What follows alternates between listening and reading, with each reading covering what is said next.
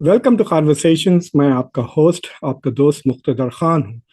आज मैं आपसे एक बहुत ही इम्पोर्टेंट इंटरनेशनल रिलेशंस के कॉन्सेप्ट के बारे में बात करूँगा, और उस कॉन्सेप्ट से इंडिया की जियोपॉलिटिक्स, इंडिया के ताल्लुकात अमेरिका, चाइना और पाकिस्तान से जो हैं, उसे हम कैसे इस लेंस के थ्रू देखकर समझ सकते हैं। उस कॉन्सेप्ट का नाम है सिक्योरिटी डिलेमा। ये बहुत इम्पोर्टेंट कॉन्सेप्ट है, ख़ास तौर से उनके लिए जो इंटरनेशनल रिलेशंस को एक रियलिस्ट पर्सपेक्टिव से, जिनकी नुक्ता नज़र या विचारधारा रियलिज्म पे मबनी है, उस पे बेस्ड हैं। उनके नज़र में सिक्योरिटी डिलेमा एक बहुत महत्वपूर्ण कॉन्सेप्ट है, और वो जो सिस्टम में जो एक्टर्स हैं, मुल्क, वो कैसा बिहेव करते हैं, उसको समझने में हमारी मदद करता है। तो रियलिस्ट ये कहते हैं कि जिस तरह से किसी मुल्क में एक गवर्नमेंट होती है और उसका लॉ एंड ऑर्डर का इंतज़ाम होता है, और अगर आप पे कोई ख़तरा पहुंचता है एज एन इंडिविजुअल या समाज, आप गवर्नमेंट के को अप्रोच कर सकते हैं, और उनकी पुलिस फोर्स, उनकी सिक्योरिटी फोर्सेस आपकी हिफाजत कर सकते हैं। लेकिन इंटरनेशनल रिलेशंस में ऐसी कोई गवर्नमेंट नहीं है, ऐसी कोई पुलिस नहीं है जिसके आप अपील कर सकते हैं, और जिसकी हुकूमत और जिसकी गारंटीज की वजह से आप अपने आप को महफूज समझ सकते हैं। तो इस एनवायरनमेंट में जहाँ पे एनर्की है, यानी कोई एस्टैब्लिश्ड वर्ल्ड गवर्नमेंट नहीं है, हालांकि यूएन सिक्योरिटी काउंसिल है, यूएन भी है, और आप खुद जानते हैं मुझसे बेहतर कि कई जो इश्यूज हैं इंटरनेशनल, वो यूएन उससे हल नहीं कर सकी, और इसलिए दुनिया में अभी भी एनार्की है। इससे पहले मैं आगे बढ़ूं, आप लोगों सबसे गुजारिश है कि आप कॉन्वर्सेशंस को ज़रूर सब्सक्राइब करें, इस वीडियो को लाइक करें, जो बेल आइकॉन है उसे भी दबा दें, ताकि जो आइंदा मैं एपिसोड्स करूंगा उसकी खबर आपको फ़ौरन मिल जाएगी। और कोशिश करें अपने दोस्त, अहबाब, फ्रेंड्स, सोसाइटी, सोशल नेटवर्क के साथ भी ये वीडियो ज़रूर शेयर करें।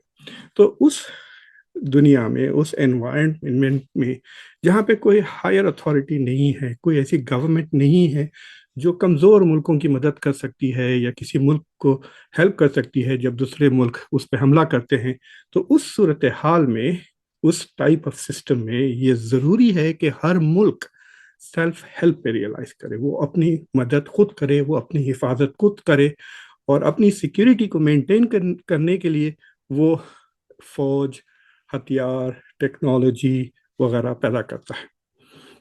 तो एक सिस्टम में बेसिकली हेल्प, सेल्फ हेल्प का क्राइटेरिया है, और इसमें सारे के सारे जो मुल्क हैं वो बेसिकली, उनके पास फौजें हैं, उनके पास हथियार हैं, और वो अपनी डिफेंस पे बहुत ज़्यादा खर्च करते हैं। तो ये तो सिस्टम है एनार्की में।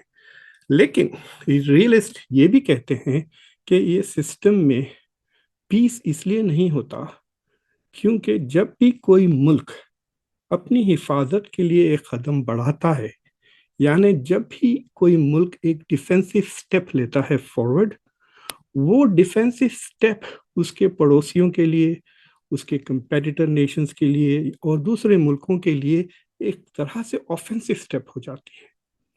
यानी जब एक मुल्क अपने आप को महफूज करने के लिए एयरक्राफ्ट कैरियर खरीद लेता, या सबमरीन बनाने लग जाता, या एक नया डिवीजन ऐड कर लेता है अपनी फौज को, तो लेकिन ये जो डिफेंसिव मूव है वो उसके पड़ोसियों के लिए या उसके दूसरे कंपेटिटर नेशंस के लिए एकदम अग्रेसिव मूव हो जाती है, और वो परेशान हो जाते हैं अपनी हिफाजत के लिए।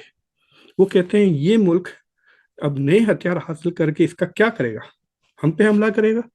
तो उसके जवाब में वो सारे मुल्क फिर नए हथियार हासिल करना शुरू कर। आपने एक एयरक्राफ्ट कैरियर किया, आपने सबको डरा दिया, तो आपके सारे पड़ोसी एयरक्राफ्ट कैरियर हासिल करने की कोशिश में लग जाते हैं। इससे यह होता है कि जो स्टेप एक मुल्क लेता है अपनी डिफेंस में, वो सिक्योरिटी डिलेमा दूसरों के लिए ट्रिगर कर देता है, और उस सिक्योरिटी डिलेमा के वजह से वो भी हथियार हासिल करते हैं, और उनके हथियार हासिल करने से आप फिर से इनसिक्योर हो जाते हैं, और फिर आप नई चीज़ें खरीदते हैं, फिर आप सबको डरा देते हैं, फिर वो नहीं। तो इस तरह से हर मुल्क आर्म्स रेस में फंस जाता है। तो ये सिक्योरिटी डिलेमा की वजह से रियलिस्ट कहते हैं कि मुसलसिल दुनिया में आर्म्स रेसेस होती हैं।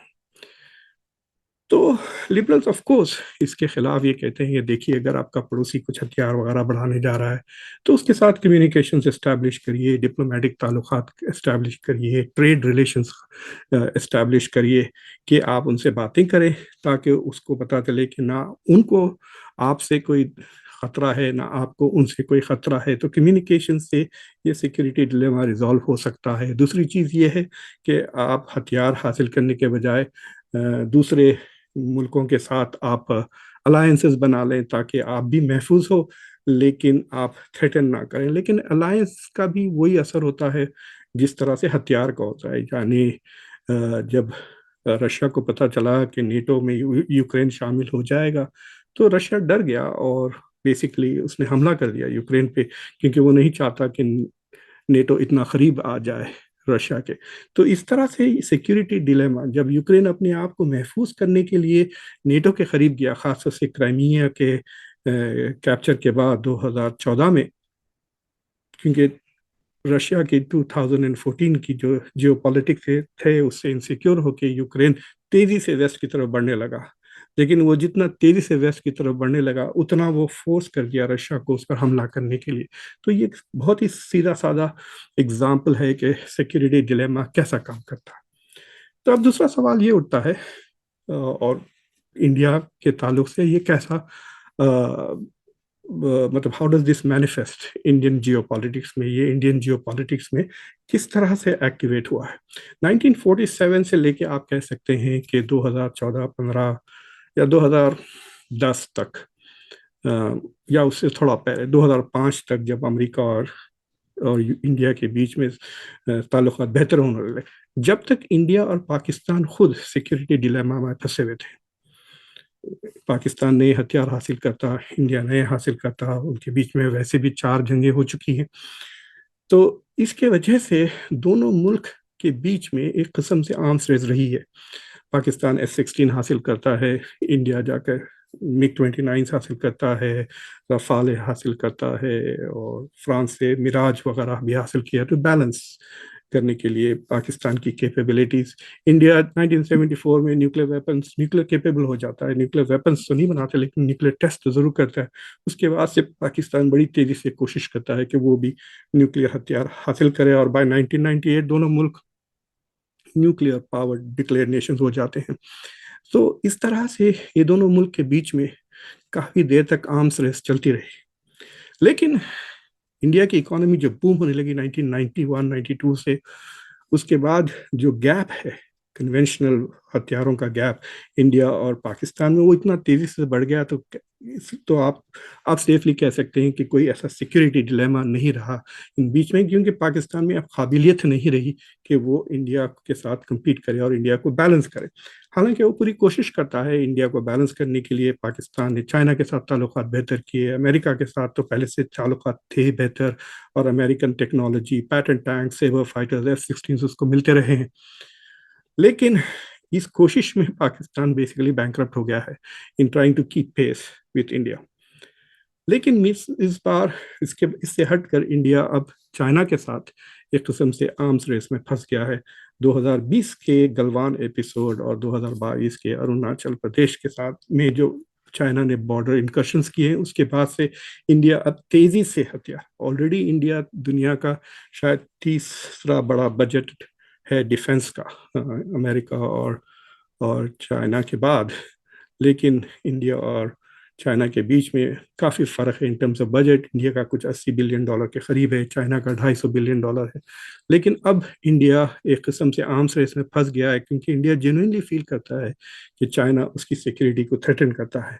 तो चाइना इंडिया को थ्रेटन करके इंडिया को मजबूर कर दिया कि इंडिया 2 चीज़ें करे। एक तो एक वो अपनी डोमेस्टिक इंडस्ट्री पे तवज्जो दे, नए नए हथियार हासिल करे। इंडिया अब सबमरीन्स खरीदने की कोशिश कर रहा है, शायद इटली से खरीदे सबमरीन्स, फ्रांस से और रफाल जेट्स खरीदने की कोशिश कर रहा है। अमेरिका से भी ड्रोन्स वगैरह क्रिटिकल टेक्नोलॉजीज हासिल कर रहा है, और अमेरिका के साथ जापान ऑस्ट्रेलिया के साथ मिलकर क्वाड जैसे अलायंस बना रहा है। ये सारी की चीज़ें, क्वाड ले लें और नए हथियार ले लें, ये चाइना को बैलेंस करने के लिए है, क्योंकि चाइना ने एक किस्म से न्यूक्लियर सिक्योरिटी डिलेमा इंडिया के लिए क्रिएट कर दिया है। और चाइना, आई होप वो समझे कि वो जितना इंडिया को इनसिक्योर करता है, इंडिया उतना मजबूत बनेगा, और उसके बदले चाइना को खुद मजबूरन और पैसे खर्चना पड़ेगा, और ये दो मुल्क शायद आर्म्स रेस में फंस जाएंगे। तीसरी जो आर्म्स रेस है जिससे इंडिया का पर असर पड़ता है, वो चाइना और अमेरिका के बीच में। और चाइना और अमेरिका के बीच में जो आर्म्स रेस है, उससे चाइना तो काफ़ी ज़्यादा रिसर्च में और टेक्नोलॉजी में इन्वेस्ट करेगा, लेकिन उससे शायद इंडिया पर भी ज़्यादा असर पड़ेगा, बिकॉज जितना एडवांस चाइना होता है, India will have to keep up with it. ये नहीं इंडिया इस बात को सोच के ठीक है अमेरिका की टेक्नोलॉजी चाइना से आगे है, जहाँ तक कि युद्ध का सवाल है इसलिए हम आराम से बैठेंगे, ये इंडिया नहीं कर सकता। तो एक किस्म से दो सिक्योरिटी डिलामास में इंडिया फंसा हुआ है, एक इंडिया चाइना, दूसरा चाइना अमेरिका। एक हद तक मुझे लगता है कि सिक्योरिटी डिलेमास मुल्क के लिए फ़ायदेमंद होते हैं। जब आप डरते हैं आपके नेबर्स से, जब आप डरते हैं दूसरे मुल्कों से, तो आप अपनी डिफेंस में इन्वेस्ट करते हैं। जो लोग हथियार खरीद के अपने आप को डिफेंस करते हैं, उनका ज़्यादा फ़ायदा नहीं होगा, उनका पैसे खर्च होते हैं खाली। लेकिन जो मुल्क अपनी डिफेंस की टेक्नोलॉजी में इन्वेस्ट करते हैं, अपने आप को मजबूत बनाने के लिए अपने खुद के हथियार बनाने लगते हैं, और दे कम्पीट टेक्नोलॉजिकली, तो वहाँ पे फ़ायदा होता है, क्योंकि जो डिफेंस की टेक्नोलॉजीज है उसके कमर्शियल फ़ायदे भी हो सकते हैं, रिसर्च में पैसा खर्च होते हैं ज़्यादा, और उससे तालीम नॉलेज वगैरह बढ़ने लगती है। तो as long as India research पर और डोमेस्टिक कैपेबिलिटीज़ को डेवलप करने के लिए चाइना से कम्पीट करता है, वो इंडिया के लिए फ़ायदेमंद होगा। लेकिन अगर इंडिया चाइना को बैलेंस करने के लिए हथियार खरीदने लगता है ऑस्ट्रेलिया से, जापान से, अमेरिका से, फ्रांस से, तो ये बेसिकली उसकी इकोनॉमी पे बर्डन बच जाएगा। ना सिर्फ वो हथियार खरीदना पड़ेगा, फिर हथियार के मेंटेनेंस के लिए भी पैसे खर्चना पड़ेगा। That kind of arms race India के लिए नुकसानदेह साबित होगा। लेकिन अगर इंडिया, चाइना और अमेरिका के बीच में आर्म्स रेस तेजी से होती है और जियो पोलिटिकल कॉन्टेस्ट बढ़ जाता है, तो एक तरह से इंडिया का फायदा यहाँ पे हो सकता है कि अमेरिका इंडिया को अपना एलाई बनाने के लिए वो बेसिकली इंडिया को भी मजबूत करने लगेगा। और अगर उसको यकीन हो जाता है कि इंडिया अमेरिका के साथ है इस कॉन्टेस्ट में, तो शायद वो एडवांस टेक्नोलॉजी इंडिया के साथ शेयर करने लगेगा, एडवांस हथियार बेचने के बजाय उसको सब्सिडाइज करके एज एड देने लगेगा। So that depends. लेकिन उसके लिए India has to be fully committed कि वो अमेरिका के एलाई है। लेकिन अगर इंडिया वही अपनी पुरानी स्ट्रैटेजी मेंटेन करता है कि हम स्ट्रेटेजिक ऑटोनॉमी मेंटेन करेंगे, तो शायद अमेरिका अपनी एडवांस टेक्नोलॉजीज और एडवांस हथियार इंडिया को आसानी से नहीं देगा। तो ये है सिक्योरिटी डिलेमा और इसका असर जो इंडिया की जियो पॉलिटिक्स पे हो रहा है, ख़ासतौर से इंडिया की फॉरेन पॉलिसी पे। आप अमेरिका की पॉलिसी में देख सकते हैं, पिछले जब से बाइडन ने प्रेसिडेंट बना है और उन्होंने एग्रेसिवली चाइना के खिलाफ बयान देने लगे हैं, तो उन्होंने चिप्स के ताल्लुक से जो लॉस पास कि अमेरिका में एडवांस टेक्नोलॉजी की मैन्युफैक्चरिंग होगी, नुकसान भी हो, सब्सिडाइज करेगी यूएस गवर्नमेंट। जो टेक्नोलॉजी एडवांस पैदा होगी ख़ास तौर से क्रिटिकल टेक्नोलॉजीज में, वो चाइना को एक्सपोर्ट नहीं की जाएगी। और अमेरिका ने अपनी एनवायरमेंटल रिसर्च और डिफेंस टेक रिसर्च के मामले में बजट बढ़ा दिया है, एक्सपेंडिचर डिफेंस बजट भी बढ़ गया है। तो इन दैट सेंस ये जो आर्म्स रेस शुरू हो रही चाइना से, you can say it is also helping India become America become आत्मनिर्भर क्रिटिकल टेक्नोलॉजीज में, और फिर दोबारा साइंस में और मजीद, जिस तरह कोल्ड वॉर के दौरान अमेरिका इन्वेस्ट करता था साइंटिफिक रिसर्च में, उसमें भी अमेरिका बढ़ाने लगा है। और यहाँ पर शायद एक ऐसा पहलू है जहाँ इंडिया का फ़ायदा हो सकता है। अगर Indian scientist, Indian engineers America के ये जो नया साइंटिफिक पुश है खासतौर से डिफेंस के ताल्लुक से, उसमें इंडिया अपने आप के लिए एक जगह बना ले, और पार्टनरशिप के थ्रू इंडिया की भी टेक्नोलॉजिकल कैपेबिलिटीज़ बढ़ा लें। आई होप आपको ये ख्यालात इंटरेस्टिंग लगे हो और आपको सोचने पर मजबूर किया हो। तो आप प्लीज़ कॉन्वर्सेशंस को सब्सक्राइब करें, इस वीडियो को लाइक करें। بیل آئیکن ضرور دبائیں اور اس ویڈیو کو اپنے دوستوں کے ساتھ اور سوشل نیٹ ورک کے ساتھ شیئر کریں. میں آپ کا دوست، آپ کا ہوسٹ مقتدر Khan. Until next time, take care.